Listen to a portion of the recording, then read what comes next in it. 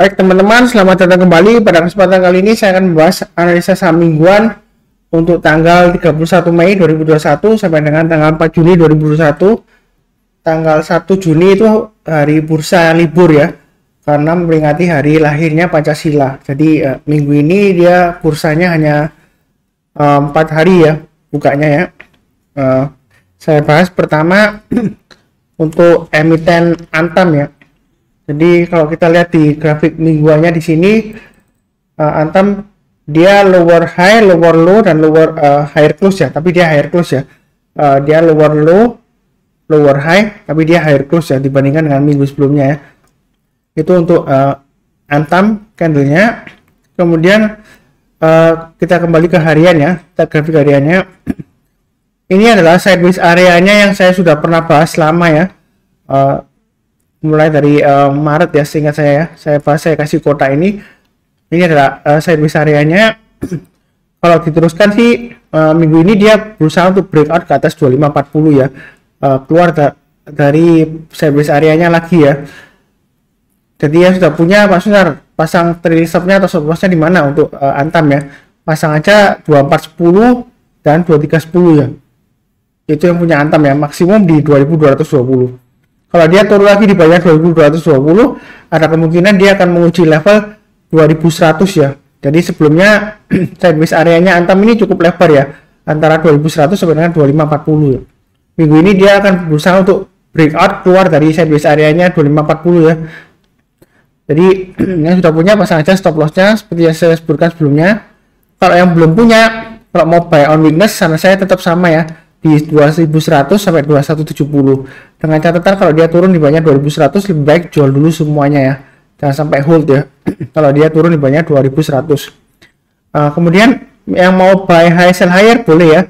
Jadi kalau sudah berhasil naik ke atas 2540 ya, sama ya, saya nggak rubah-rubah, saya pakai acuan sama. Ini acuan high tanggal 29 April ya, hanya yang terakhir hari Jumat itu 2500. Menurut saya sih masih kurang ya. Kalau untuk buy high sell higher lebih baik sih tunggu kalau dia sudah berhasil naik ke atas 2540 ya, breakout lagi ke atas. Jadi belinya bertahap aja, naik ke atas 2540 buy, naik lagi ke atas 2670 buy ya, seperti itu ya. Kemudian kalau berhasil naik lagi ke atas berapa Pak Sunar kalau mau buy? Tengah-tengahnya kalau saya ambil di sini ya, kalau mau average up lagi ya, kalau dia berhasil naik ke atas 2670, berikutnya kalau dia berhasil naik lagi ke atas 2780 boleh buy up ya, tambah lagi ya. Targetnya di Fibonacci retracement 23,6% di 2890, atau di swing high-nya ini ya 3040 ya, tanggal 22 Februari 2021. Kalau sudah dikasih 3040, menurut saya sih sudah lumayan cukup bagus ya. Kalau mau take profit silahkan, atau pasang trailing stop semuanya ya, dekat-dekat di antara 3040-an ya. Itu kalau mau mengamankan profit ya, seperti itu ya. Jadi belinya bertahap aja ya untuk Antam ya, jangan terlalu agresif ya, dia masih sideways juga. Naik ke atas 2540 buy, naik ke atas 2670 buy, naik ke atas 2780 buy, dan seterusnya ya, saya sudah sebutkan ya. Atau sekalian buy on weakness tunggu di 2100 sampai dengan 2170. Kalau buy sekarang gimana Pak Sunar? Nanggung ya, istilahnya dia sudah dekat resisten dari sideways-nya ini, mau naik ya belum tentu breakout ya. Kalau mau tunggu di sini nanggung sekalian ya, tunggu di area bawahnya 2100 sampai dengan 2170. Jadi bukan berarti dia turun ke 2100 langsung buy katanya Pak Sunar, buy on weakness di sana, bukannya. Tunggu kalau dia sudah berhasil mantul atau rebound ya ke atas 2170 ya. Jadi kalau dia sudah berhasil rebound ke atas 2170 boleh mulai buy ya. Kemudian kalau mau tambah lagi ya acuan dari low-nya ini aja 2250 ya. Kalau tambah lagi naik lagi ke atas 2310 dan seterusnya, kemudian naik ke atas 2410 dan seterusnya. Jadi ini untuk yang level kalau mau buy on weakness ya, mulai dari kalau sudah berhasil rebound naik ke atas 2170, kemudian tambah lagi 2250, naik lagi ke atas 2310, tambah lagi, naik lagi ke atas 2410, tambah lagi dan seterusnya ya. Itu kurang lebih untuk Antam ya. Jadi berikutnya analisa saham mingguan untuk Inco ya. Kita lihat di sini minggu lalu dia kalau dibandingkan dengan minggu sebelumnya lower high, lower low, tapi close-nya kita lihat di sini, close-nya close-nya sedikit lebih tinggi ya. Minggu lalu 4680, minggu sebelumnya close-nya di 4670 ya. Tapi kecenderungan sih masih lesu ya di sideways areanya yang saya kotain ini ya. Jadi kalau yang saya kotain ini sideways areanya di area sekitar 4275 sampai dengan 4800-an ya. Dia sebelumnya sideways di sana ya, lumayan lebar ya. Yang mau buy on weakness saran saya sih masih tetap sama ya. Jadi kurang lebih di area sini ya, 4100 sampai dengan 4270-an ya kurang lebih ya. Jadi tunggu kalau dia sampai turun ke sana, kemudian dia berhasil rebound naik ke atas 4270, kita barusan mulai buy ya, seperti itu ya. Kurang lebihnya seperti itu. Karena dia sebelumnya sideways-nya lama ya di sini ya, lumayan lebar juga ya, antara 4270 sampai 4840 ya kurang lebih ya. Jadi kalau yang sudah punya pasang aja stop loss-nya di 4670 dan 4590 ya. Kurang lebih seperti itu. Karena kalau dia turun banyak 4590, ada kemungkinan dia turun di bawahnya 4420 ya, menguji level ini low-nya di 4110 ya. Jadi pasangnya bertahap aja ya stop loss-nya ya, seperti itu ya. Kemudian yang belum punya kalau mau buy ya, buy on breakout, saran saya sih tunggu kalau dia sudah berhasil naik ke atas 4840 ya. Kalau dia berhasil naik ke atas 4840 buy ya. Jadi buy-nya bertahap ya, mengulang dengan sebelumnya ya. Ini garis-garis yang sudah saya kasih sebelumnya ya, saya nggak rubah-rubah lagi. Naik ke atas 4840 buy, naik lagi ke atas 4970 ya, tambah lagi, naik lagi ke atas 150 tambah lagi. Target terdekatnya kurang lebih sekitar area 5400 sampai 5600-an ya, itu target price-nya. Kalau dia berhasil breakout ke atas 4840. Jadi belinya bertahap aja. Jangan terlalu agresif ya secukupnya aja ya, tapi jangan terlalu sedikit banget gitu ya, jangan cuma beli satu lot doang gitu ya, nanggung kalau uangnya banyak. Kalau banyak sedikit banget satu lot ya buat apa gitu ya. Ya disesuaikan dengan porsi masing-masing lah. Baiknya bertahap aja 4840, kemudian naik lagi ke atas 4970, naik lagi ke atas 5150 dan seterusnya ya, seperti itu ya. Kurang lebih seperti itu untuk analisa saham mingguan Inco. Berikutnya untuk analisa saham mingguan Tins ya. Kita lihat di sini dia testing dari ini ya, 1495 ya. Jadi testing dari support areanya ini ya, Tins ya. Apakah dia mampu bertahan atau enggaknya? Kalau yang sudah punya Pak Sunar, kira-kira pasang stop lossnya di mana? Pasangnya di 1560 dan 1495 ya. Ini ya. Kalau yang sudah punya pasang stop lossnya di sana. Kemudian kalau yang belum punya Pak Sunar, kira-kira buy-nya di mana? Ini sama juga dengan analisa sebelumnya ya. Jadi sebelumnya dia sideways areanya ini sebelumnya di area 1500 sampai dengan 1650-an ya, kurang lebih ya. Itu sideways areanya. Kalau mau buy sih saran saya kalau buy sekarang nanggung ya di tengah-tengahnya ya. Jadi tunggu sekalian 1480 sampai dengan 1500 ya. Kalau dia turun nyentuh kemudian dia rebound ke atas 1500 mulai buy gitu ya. Istilahnya gitu ya. Buy on weakness. Karena di sini dia sudah dekat banget dengan resistennya ya, dari sideways areanya 1650 kurang lebih. Kalau mau buy menurut saya sih lebih baik tunggu kalau dia sudah berhasil naik ke atas 1650 ya, atau 1665 lah, hanya di 21 Mei. Jadi kalau naik ke atas 1665 buy, kemudian naik lagi ke atas 1770 buy ya. Kalau dia naik lagi ke atas 1840 boleh tambah lagi ya, buy up ya. Kemudian kalau dia berhasil breakout naik ke atasnya ini ya, hanya 1925 ya, boleh tambah lagi boleh. Maka target berikutnya kurang lebih di area 2040 sampai dengan 2180 ya, itu untuk Tins ya. Kalau kita lihat jauh ke belakang ya, ini vibrasi retracement levelnya yang saya sudah tarik ya. Jadi saat ini dia menguji level vibrasi retracement 50% nya ya, 1560 ya. Kalau dia selama bertahan di atasnya 1560, menurut saya sih masih ada harapan untuk breakout lagi naik ke atasnya 1770 ya. Itu untuk Tins ya. Jadi belinya kalau itu belum punya bertahap aja, naik ke atas 1650 atau 1665 ya, terserah mau yang mana. Lebih baik sih 1665 aja ya, naik ke atas 1665 buy, kemudian naik lagi ke atas 1770 tambah lagi, naik lagi ke atas 1840 tambah lagi, naik lagi ke atas 1915 boleh tambah lagi boleh ya. Jadi kurang lebih seperti itu untuk analisa saham mingguan untuk Tins ya. Kemudian berikutnya untuk analisa saham mingguan untuk MDKA ya. Jadi MDKA ini sempat breakout, kemudian dia turun, kemudian minggu lalu dia rebound ya.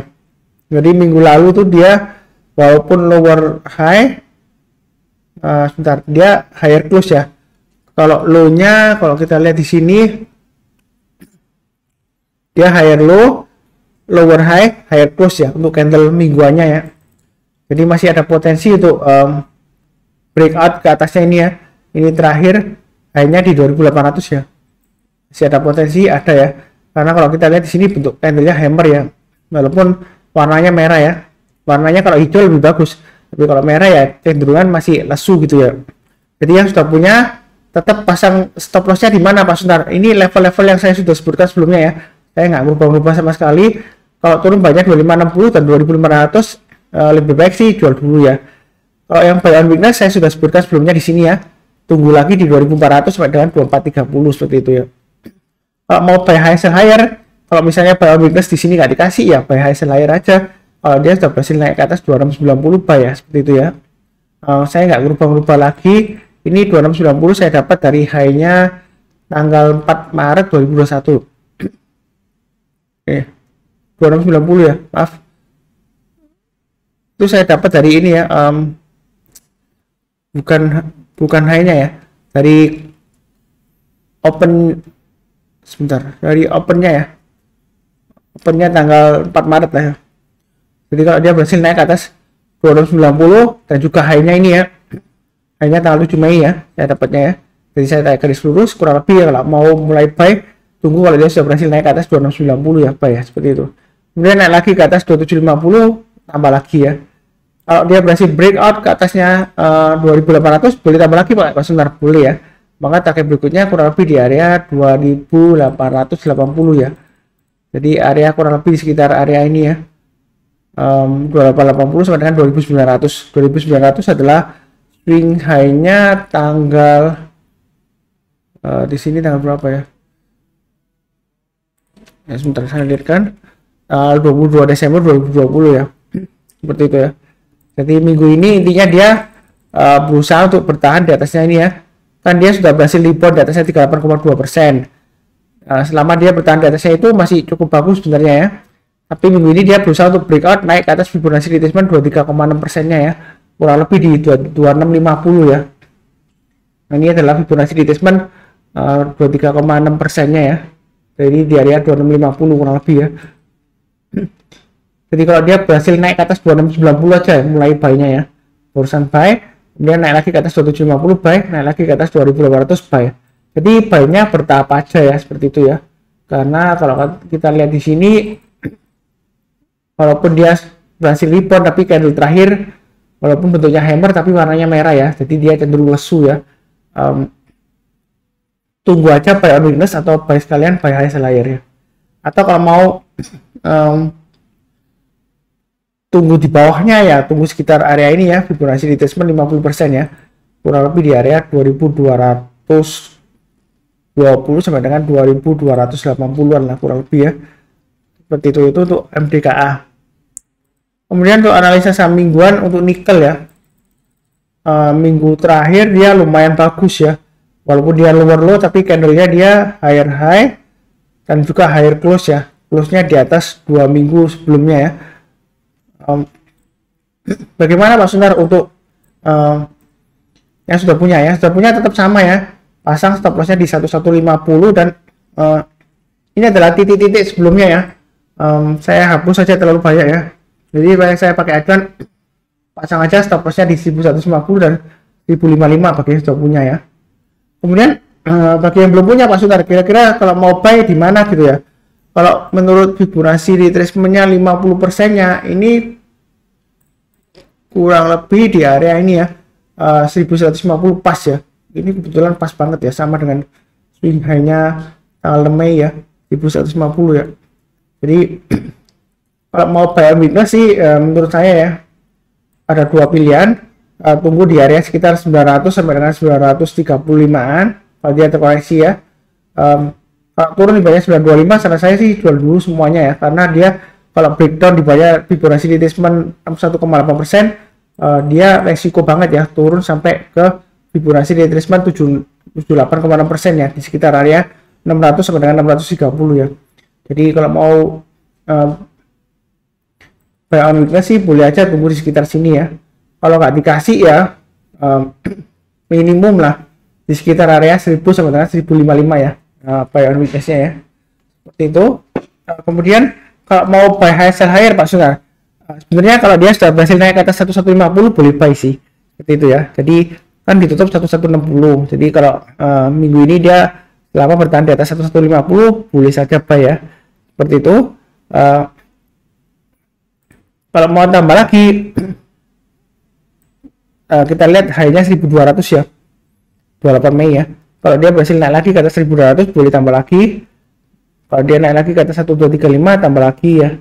Maka target terdekatnya adalah kurang lebih di area 1285 dan 13 ini ya, kurang lebih Fibonacci retracement 38,2%-nya ya. 1350-an ya kurang lebih ya. Jadi ini saya kasih garisnya aja supaya lebih mudah ya. 1345 di sini ya. Jadi belinya bertahap aja, naik ke atas 1150 benernya sudah boleh buy ya. Naik ke atas 1200 buy, naik ke atas 1235 kalau mau tambah lagi boleh ya. Kemudian kalau naik lagi ke atas 1285 boleh tambah lagi Pak Sunar, boleh. Ya, ada kemungkinan dia breakout ke atas 1345 ya. Mudah-mudahan ya.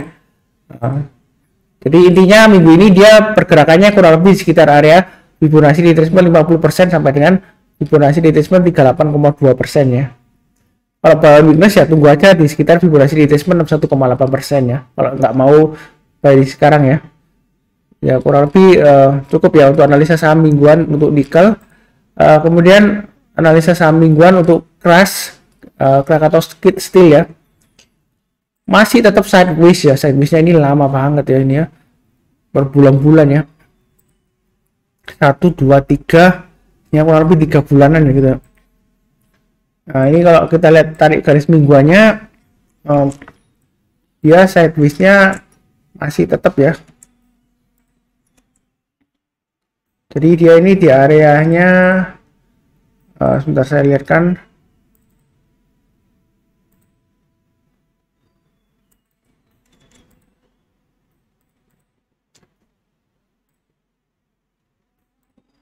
Di daily-nya aja lebih kelihatan ya. Ini di area 580 sampai 680 ya. Ini sideways areanya. Kalau yang sudah punya Pak Sunar, bagaimana untuk Crush ya? Kalau candlenya dia memang higher high ya. Dia higher low juga, close-nya dia higher. Tapi dia masih kecenderungan masih sideways ya di area 580 sampai 680 ya.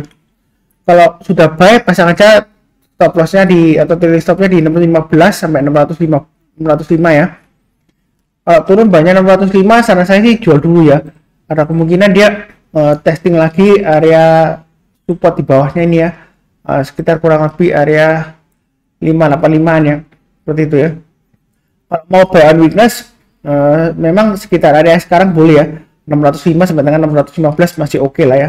Jadi dia selama bertahan di atasnya 615 masih cenderung lumayan bagus lah kalau mau trading sideways-nya ya, seperti itu ya. Jadi belinya buy langsung boleh ya, tapi kalau turun banyak 615 atau 605 lebih baik jual dulu. Kalau mau average up, kalau dia berhasil breakout ke atas 655 buy ya, tambah lagi ya, buy up ya. Kemudian kalau breakout ke atas 680 boleh tambah lagi Pak Sunar, boleh. Maka target price-nya adalah 710 dan 750 ya. Ini untuk emiten Crush ya, Krakatau Steel ya. Jadi belinya bertahap aja karena dia kecenderungan sideways ya, seperti itu ya. Jadi kalau sideways sih, kalau lebar ya lumayan enak ya. Ya belinya sekitar 580 sampai 620 lah. Kemudian jualnya mulai 650 ke atas ya. Ya lumayan sih kalau dia berulang kali ya. Sideways-nya untuk Krakatau Steel ya. Hati-hati aja kalau dia turun di banyak 585 ya, karena ada kecenderungan dia turunnya juga lumayan dalam ya. Kalau dia breakdown dari Fibonacci retracement 50%, ada kemungkinan dia ke di bawahnya 61,8% ya, bisa kurang lebih sekitar 480 ya. Kalau dia turun lagi di bawah 480 ya di bawah lagi di sekitar area 400-an ini ya. Jadi jangan sampai kita lengah terus dia breakdown di bawahnya sideways-nya kita masih hold ya. Nanti turunnya juga dalam ya, seperti itu ya untuk Crush ya, Krakatau Steel. Jadi kurang lebih sekian untuk analisa saham mingguan untuk Antam, Inco, Tins, MDKA, Nikel, Crush. untuk periode 31 Mei 2021 sampai dengan 4 Juni 2021. Terima kasih banyak.